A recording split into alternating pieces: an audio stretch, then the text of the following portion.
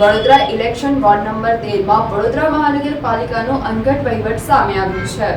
વડોદરા મહાનગરપાલિકા દ્વારા અનેક વિકાસલક્ષી કામો પ્રજાજનો માટે કરવામાં આવે છે, ત્યારે અનેક વખત એવું પણ બને છે કે પ્રજાના વેરાના પૈસાનો વેડફાટ પણ જોવા મળે છે। તેવી જ કામગીરી વોર્ડ નંબર 13 માં આવેલ ગંગોત્રી નજીક પાલિકા દ્વારા કરવામાં આવી રહી છે, જેમાં વરસાદી ગટરની ખાસ ફરી એક વખત તોડીને તેને સાફ કરવાની કામગીરી હાથ ધરવામાં આવી છે। અગાઉ અનેક વખત કાચની સાફ સફાઈની કામગીરી કરવામાં આવી હતી, તે વખતે પણ સ્લેબ તોડી દેવામાં આવ્યો હતો। પાલિકા તંત્રનો અનગઢ વહીવટ અનેકો વખત કામગીરી કરવા છતાં પણ કોઈ નક્કર નિરાકરણ આવ્યું નથી અને ફરી એક વખત વરસાદી ગટરની કાચ સાફ કરવાના નામે તોડી દેવામાં આવી છે। કોન્ટ્રાક્ટર દ્વારા જણાવવામાં આવ્યું હતું કે કેચપીત એરિયાઓ લાંબો હોવાથી આ વરસાદી ગટરનો કાચો સ્લેબ તોડવામાં આવ્યો છે।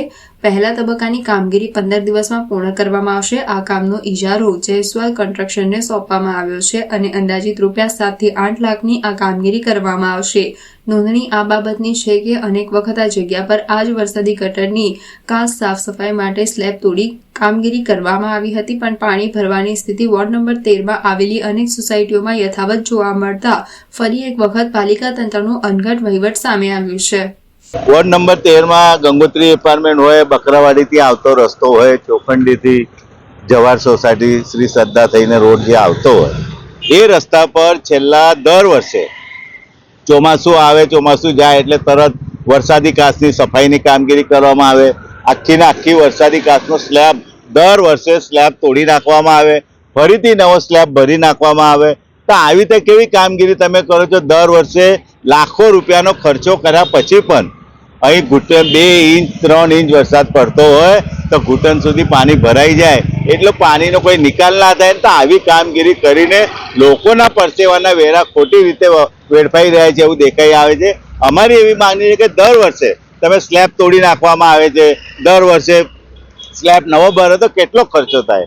એટલે અમારી એવી માંગણી છે કે એક જ વખત એવો ખર્ચો કરો કે આ વિસ્તારમાં પાણી ના ભરાય, કેમ કે આખો રસ્તો બંધ થઈ જાય, કોઈ આમ ના જઈ શકે, કોઈ આ બાજુ ના જઈ શકે, એટલી ગંભીર પરિસ્થિતિ થાય તો પછી આટલો ખર્ચો કરીને હટશું।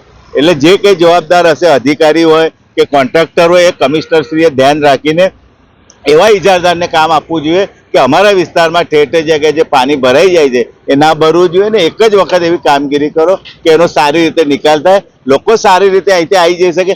2 ઇંચ વરસાદ પડે તો ઘૂંટણ સુધી આ રસ્તા પર પાણી ભરાઈ જતું હોય છે।